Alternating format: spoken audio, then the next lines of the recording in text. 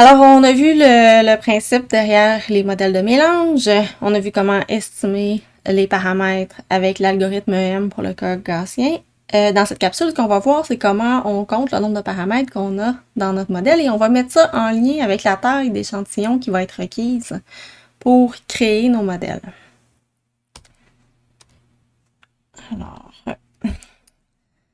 Alors, on va revenir à l'exemple avec le poids de mes joueurs de football. Alors ici, j'ai sélectionné volontairement trois positions au football. Alors, vous voyez là, dans le graphique du bas les trois positions. Il faut se rappeler que cet exemple-là sert à titre illustratif. En réalité, quand on fait de l'analyse de regroupement, on n'a pas des groupes déjà faits. On ne connaît pas déjà une appartenance à un groupe pour un individu. Donc, en principe, quand on fait du regroupement, ce qu'on connaît, c'est uniquement le graphique du haut. Alors, en sachant ça, c'est parfois assez difficile d'aller trouver le nombre de groupes qu'il nous faut. On va en discuter. Mais en regardant uniquement le graphique comme ça, quand on a une seule dimension, ben on peut quand même voir tout de suite qu'on a trois sommets. Donc, on peut facilement penser qu'on modéliserait ça assez bien avec trois distributions normales. Alors, ça nous fait combien de paramètres à estimer tout ça? Alors, on va avoir trois groupes. Donc, allons-y pour le groupe 1. Donc, pour le groupe 1, qu'est-ce qu'on a à estimer? Ben, il va falloir estimer Pi1, la proportion des observations qu'il y a dans le groupe 1. Qu'est-ce qu'il va falloir estimer d'autre? Ben, notre groupe 1, il va suivre une normale de moyenne mu et de moyenne mu 1 et de variance sigma carré 1. Donc, pour le groupe 1, j'ai 1, 2, 3 paramètres à estimer. Pour le groupe 2, j'ai Pi2 et le groupe va suivre une normale de moyenne mu2 et sigma carré 2. Donc, j'ai encore 3 paramètres à estimer. Pour le groupe 3, maintenant, mais là, je n'ai pas besoin d'estimer Pi3, parce que Pi3, je vais le déduire de Pi1 et Pi2. Donc, j'ai seulement à estimer les paramètres de ma normale mu3 et sigma carré 3. Donc, au total, j'ai combien de paramètres à estimer? 1, 2, 3, 4, 5, 6, 7, 8. Alors, j'ai 8 paramètres à estimer pour modéliser cet exemple-là. Maintenant, passons en 2 dimensions. Donc, si on a plus qu'une variable. Alors, ici, encore une fois, là, je vous rappelle que j'ai mis le graphique du bas pour voir les positions des joueurs, mais je vous rappelle que tout ce qu'on connaît quand on fait un regroupement pour vrai, c'est le graphique du haut.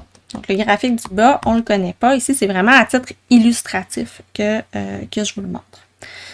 Alors, dans combien de paramètres on va avoir à estimer ici? Ben, on a 3 groupes comme ça, qui vont toutes les 3 suivre des distributions normales. Du moins, on va supposer que c'est une distribution normale. Donc, prenons le groupe 1. Donc, notre groupe 1, là, ça va être celui-là ici. Alors, qu'est-ce qu'on a estimé pour ce groupe-là? Ben, on va avoir encore à estimer la proportion des observations qu'il y a dans ce groupe-là.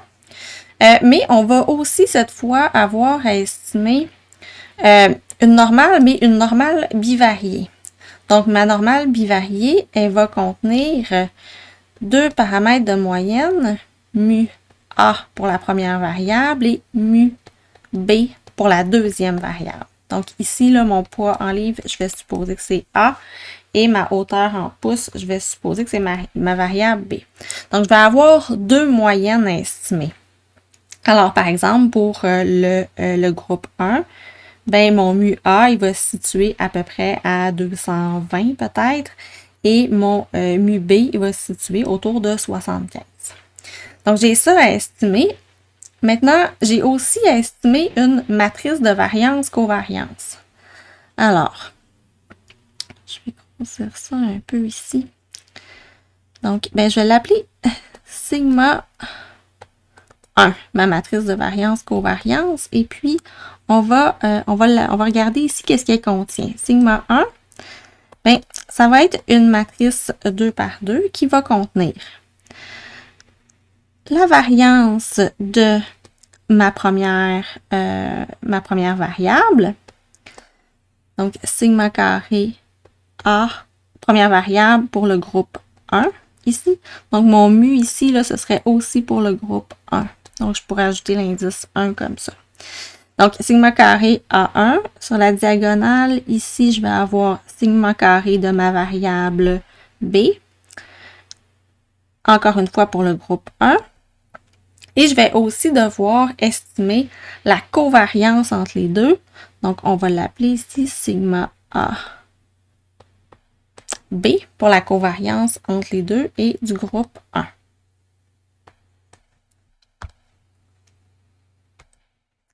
Donc, ça me fait combien de paramètres à estimer au total pour mon groupe 1? Bien, ça m'en fait 1, 2, 3, 4, 5, 6. Donc, ça me fait 6 paramètres à estimer pour le groupe 1. Pour le groupe 2, bien, je vais avoir la même chose exactement. Donc, je vais avoir 6 paramètres à estimer aussi. J'en avais 6 ici. Maintenant, pour le groupe 3, bien, je vais en avoir un de moins, encore une fois, parce que ma valeur de pi, je peux la déduire de pi 1 et de pi 2. Donc, pour le groupe 3, je vais avoir seulement 5 paramètres à estimer. Donc, au total, ça me fait 12, ça me fait 17 paramètres au total à estimer. Donc, vous voyez que le nombre de paramètres à estimer augmente assez rapidement quand on ajoute des variables. Alors, quand les matrices de variance, covariance vont être de 12 par 12, bien, le nombre de paramètres à estimer va être très, très grand. Parfois, ça rend la méthode un peu difficile à utiliser. Alors, qu'est-ce qu'on peut faire pour régler ça? Bien, on peut choisir de fixer certains paramètres. C'est ce que je vais vous montrer ici. Alors, ce qu'on pourrait se dire dans ce cas-ci, par exemple, c'est que, ben, je regarde mes données, puis je pourrais me dire, ben, j'ai un groupe ici, puis je le vois, j'ai un groupe ici, et j'ai un groupe ici. Donc, j'ai clairement 3 groupes. Et puis, je vois que, tu sais, la variabilité ici dans les 3 groupes, mais la moyenne, évidemment, est différente dans les 3 groupes. Là, on va pas modifier la moyenne en général. Donc, la moyenne est différente dans les 3 groupes. Mes moyennes, ça ne changera rien. Donc, je vais toujours avoir pi 1 et pi 2 à estimer. Maintenant, je vais avoir encore mes variances à estimer dans chaque groupe. Donc, je vais avoir besoin d'une matrice de variance, covariance dans chaque groupe. Je vais réécrire mu1, mu1, mu1, A1, mu A2,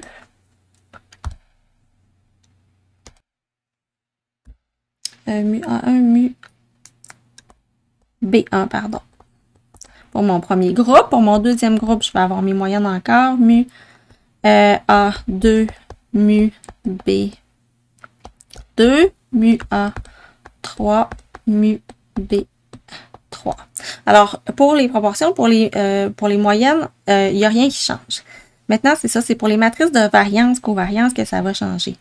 Alors, ce qu'on remarque ici, en fait, c'est que le lien entre le poids et la hauteur en pouces, c'est la même chose, en fait, ou à peu près pour mes 3 groupes. Donc, pour les 3 groupes, j'ai à peu près la même valeur de corrélation entre mes 2 variables. Donc, cette information-là, elle va me permettre de fixer un des paramètres. Donc, par exemple, on pourrait se dire que la corrélation entre A et B, la corrélation ou la covariance entre A et B, ça va toujours être ρ A B. Bien, dans ce cas-là, dans mon groupe 1, ma matrice de variance-covariance, ça va être égal à sigma carré A1, sigma carré A, B, 1 et rho A, B. Donc, ma valeur de rho A, B, elle va être la même aussi dans ma deuxième matrice de variance, covariance. Donc, ici, sigma carré B, pardon, A2, sigma carré B2. Et ici, c'est le même paramètre que pour la première matrice, donc rho A, B. On va faire la même chose pour la troisième matrice de variance covariance. Sigma carré A3, sigma carré B3. Et ici, on va avoir rho A, B. Alors, au total, maintenant, en ayant fixé cette valeur-là pour laquelle je considère que ça a l'allure de penser que le lien entre le poids et la hauteur va être le même d'un groupe à l'autre. Donc, en faisant ça, j'ai encore 2 paramètres ici. 1, 2, 3, 4, 5, 6 paramètres pour les moyennes. Ici, 1, 2, 3, 4, 5, 6 paramètres pour les variances, mais j'ai seulement un paramètre pour les covariances. Donc, ça m'en fait 2 ici, 6 ici, 1, 2, 3, 4, 5, 6 et 7 ici.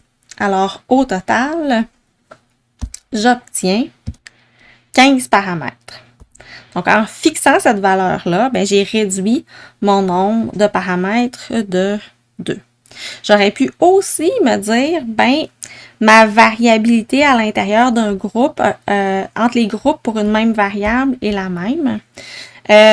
J'aurais pu me dire même que, mais c'est pas ce qu'on voit ici, là, mais dans certains cas, on va observer que la variance est la même pour les deux variables.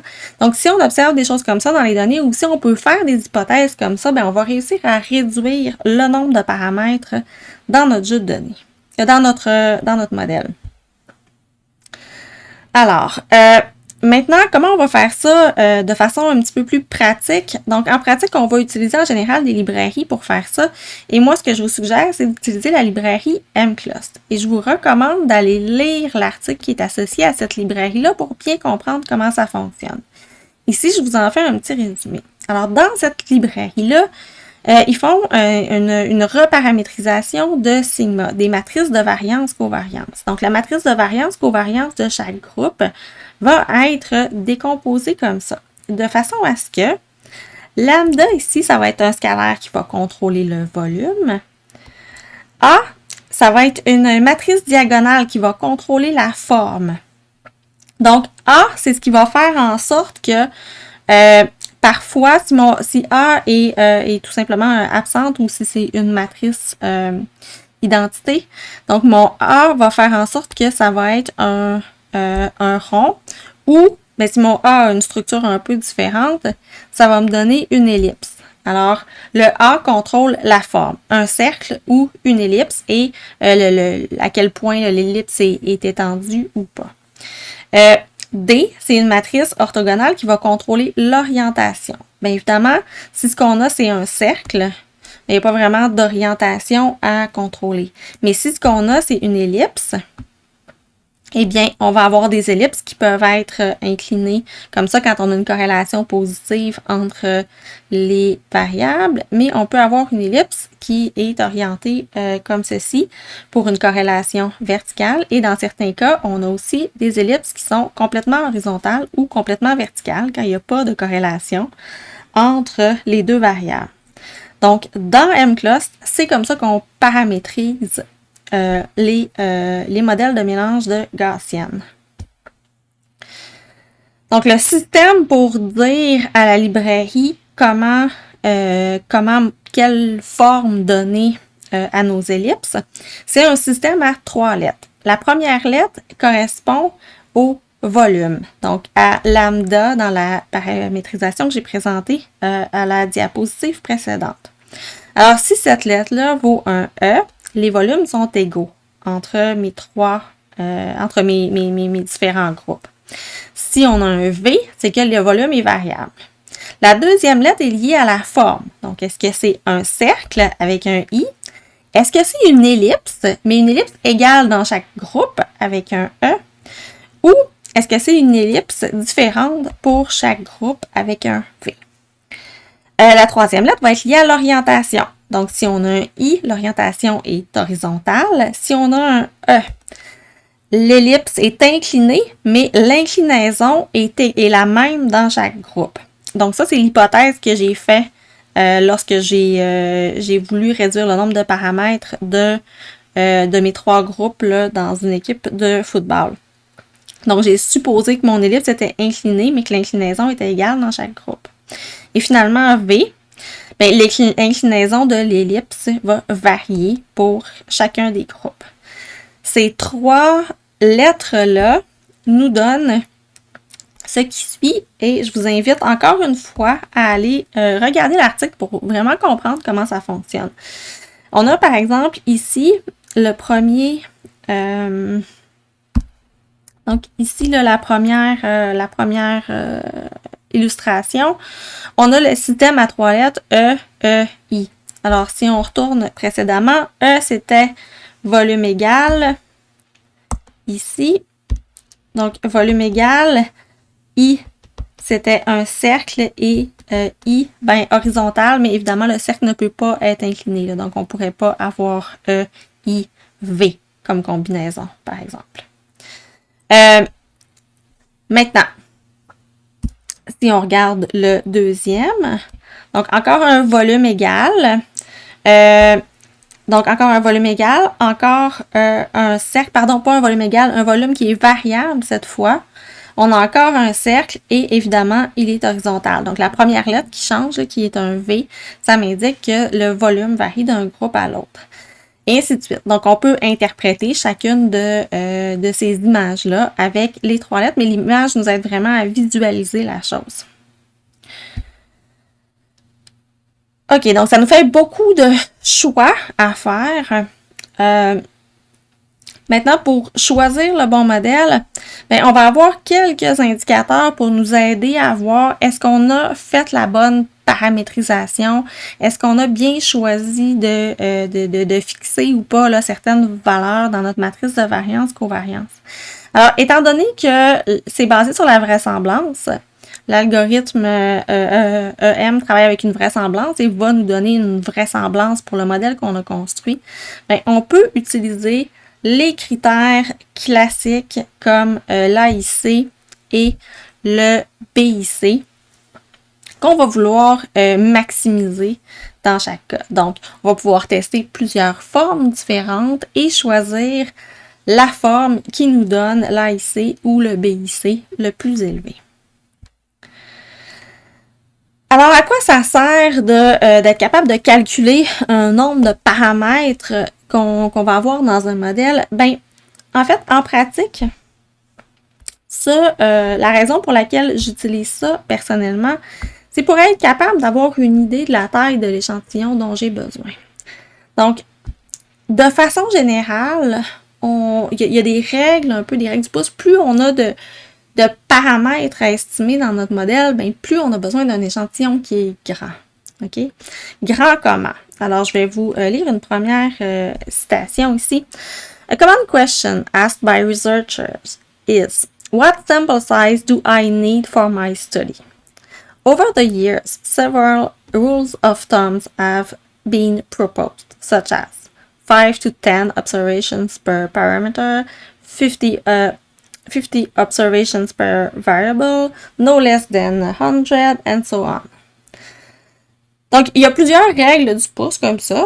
Celle que moi j'ai entendue le plus souvent, c'est celle de 30 observations par paramètre. Elle n'est pas mentionnée ici, mais c'en est une autre et c'est celle que j'ai tendance à utiliser personnellement.